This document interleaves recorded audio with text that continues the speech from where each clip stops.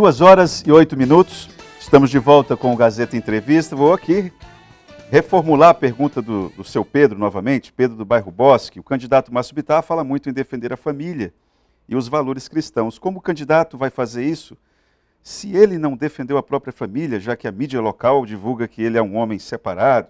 Que valores são esses que ele defende? É o velho ditado, faça o que eu falo, não faça o que eu faço. É um exemplo aqui de uma mistura entre o que é o público e o privado, mas vamos lá.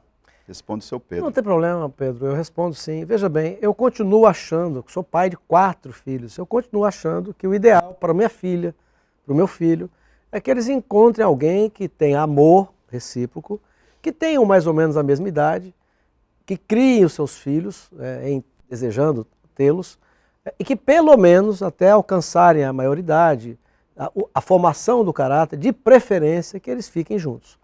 Agora, eu não sou um homem que nego a minha vida, eu sou um homem verdadeiro. Eu estive casado 32 anos, um casamento verdadeiro, de amor, de respeito. Agora, eu peço não apenas ao Pedro, mas a quem está nos assistindo, né, que respeitem a minha intimidade, a intimidade da Márcia, a minha vida e a dela. Eu acho que feio seria manter uma relação de fachada. Enquanto eu fui casado mesmo. Né? Agora, o que fizeram com a Márcia, não sei se é a isso que ele se refere, mas o que fizeram com a Márcia, uma campanha difamatória que eu nunca assisti nenhuma candidata, mulher, passar pelo que a Márcia passou. Essa campanha difamatória contra a Márcia, ela teve de mim a mais verdadeira repulsa. Eu acusei, aqui inclusive no seu programa, várias vezes, o que fizeram com a Márcia, nunca vi fazer com nenhuma pré-candidata mulher em toda a história do Acre. Então foram de uma intolerância com a Márcia monumental. Agora, ela continua sendo uma mulher valente, corajosa, de um excelente caráter e muito persistente. Veja, ela passou por essa avalanche de uma campanha difamatória, sobreviveu ao que muitos marmanjos teriam corrido para casa e deitado no colo da mãe ou da esposa e não aparecido mais. Ela resistiu a tudo isso, manteve a posição do que ela defende, ela não negocia valores e está aí hoje firme e forte, disputando o Senado. E eu tenho convicção de que se o Acre der a esta mulher o poder de representar no Senado, ela vai fazer muito melhor do que o que eu estou fazendo, que eu conheço. Olha, o Alessandro, ele está voltando um pouco no nosso ponto de pauta, que ele está colocando aqui o seguinte: gostaria de saber o porquê de tanto interesse nessa estrada até Pucallpa, essa integração rodoviária ali no Juruá, integração rodoviária Acre-Peru via Juruá. Se o governo federal, junto ao DENIT, não dão conta de manter a BR-364 desde a entrada do Acre até Cruzeiro do Sul, a empresa que está aí não dá conta nem do perímetro urbano da capital. Cadê os políticos do Acre, ele pergunta, que estão em Brasília, só dinheiro jogado pelo ralo, ele fala. É um direito dele pensar assim, e é o meu entender o seguinte: se nós não viabilizarmos a economia do Acre, ela não vai se viabilizar se o Acre não tiver ligação com o Peru, se não tiver acordo comercial com o Peru, não vai se viabilizar. Então, se isso não acontecer, e portanto a relação daquela região acreana com o Peru é fundamental para destravar a economia do Acre, não é só isso, mas aquilo é fundamental. Esse acordo que eu venho buscando entre os dois países é fundamental para destravar a economia acreana. Se isso não acontecer, nós passaremos a vida inteira, nós vamos à eternidade, mendigando em Brasília dinheiro para arrumar nossas BRs. O que é o ideal? O ideal é que a gente destrave a economia acreana, proporcionando condições para que o Estado possa gerar a sua economia. Eu disse aqui no teu programa, o Estado como Mato Grosso do Sul, que eu conheci quando ele era um pedaço do Mato Grosso. Hoje, as estradas estaduais, é só andar lá. O Estado pujante tem arrecadação, ele tem relação com o governo federal, busca recursos, mas tem vida própria, o que nós não temos. Se a BR-364 ficar a vida inteira terminando em Cruzeiro do Sul, nós passaremos a vida inteira pedindo dinheiro em Brasília para consertar os buracos dela.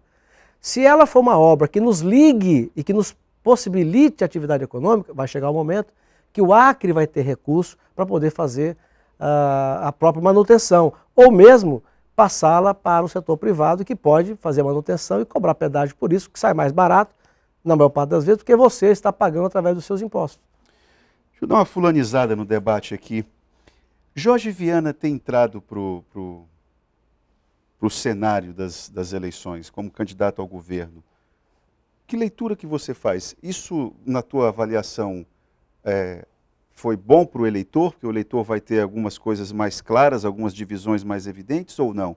Você sabia, por exemplo, eu não sei se foi de você que eu ouvi a frase de que Jorge Viana seria candidato ao governo.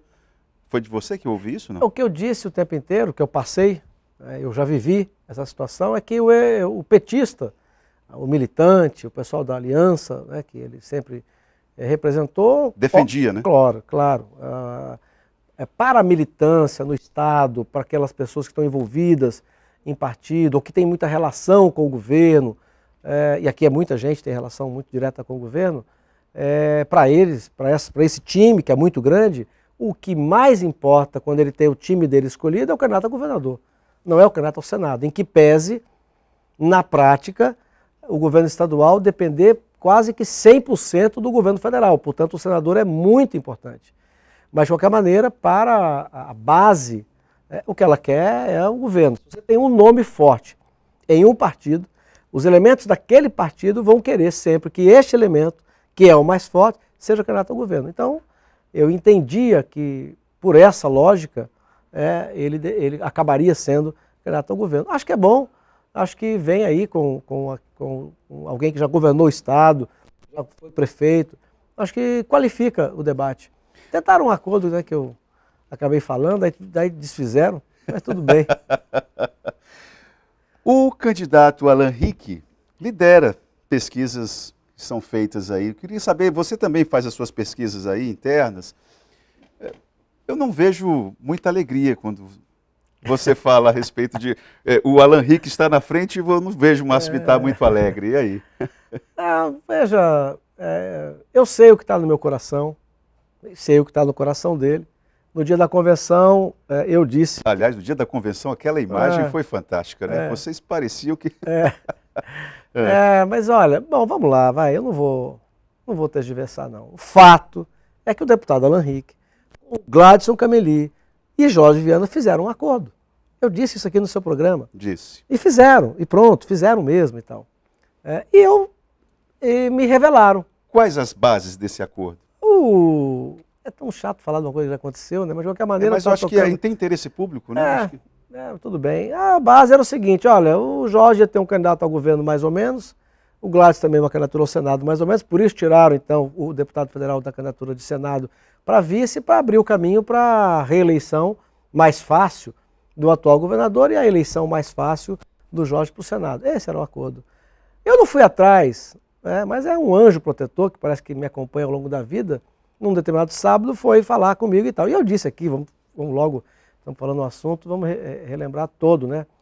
Uma autoridade do judiciário no Brasil entrou em contato com o União Brasil, eu li o texto que estava no Zap, pedindo para que o União Brasil Nacional intervisse aqui no Estado para garantir esse acordo para facilitar a eleição do Jorge para o Senado, né? Então eu acabei vindo para cá, denunciei esse acordo, porque eu acho que era uma traição mútua, né? E eu não podia concordar com isso, né? E acabei sendo candidato ao governo de última hora. E aí disse, eu não vou atrás de ninguém do União Brasil, ficar fiscalizando ninguém e tal. Tanto que o Alan se sentiu livre para sair da convenção do União Brasil e ir lá para a convenção do Gladys. Não tem problema, seja feliz, está tudo bem. Foi uma coisa meio estranha também, né? Márcio, nós temos um minuto. Você corre um risco de ter Alan Rick como colega de parlamento, né? Ali de Senado. Sim. Problema não. Mas corre o risco também de ter a Márcia. Corre o risco de ter a Márcia, sem dúvida. Um minuto para você fazer as suas considerações finais, Márcio, por gentileza. Então, eu quero mais uma vez, me dirigindo às pessoas, dizer que eu vou fazer a campanha exatamente do jeito que eu disse lá no começo. Eu tenho mandato, o Bolsonaro tem mandato, eu passo o dia pedindo votos para a reeleição do presidente Bolsonaro e para a minha eleição de governador, e eu tenho que dizer, a meu modo de entender, daquilo que fizemos. Eu acho que o presidente Bolsonaro fez para o Brasil e para o Acre, com o meu apoio, algo que possa fazer com que mereça que eu peça o seu voto no 22 para o presidente Bolsonaro e no Márcio com o número 44. Deus nos proteja. Um abraço. Muito obrigado, Márcio Bittar. E assim nós encerramos a edição de hoje do Gazeta Entrevista. Lembrando que o terceiro bloco é sempre um oferecimento da Verágua, a água mineral dos acreanos. Amanhã o Gazeta Entrevista vem com a candidata pelo MDB, Mara Rocha. Até lá.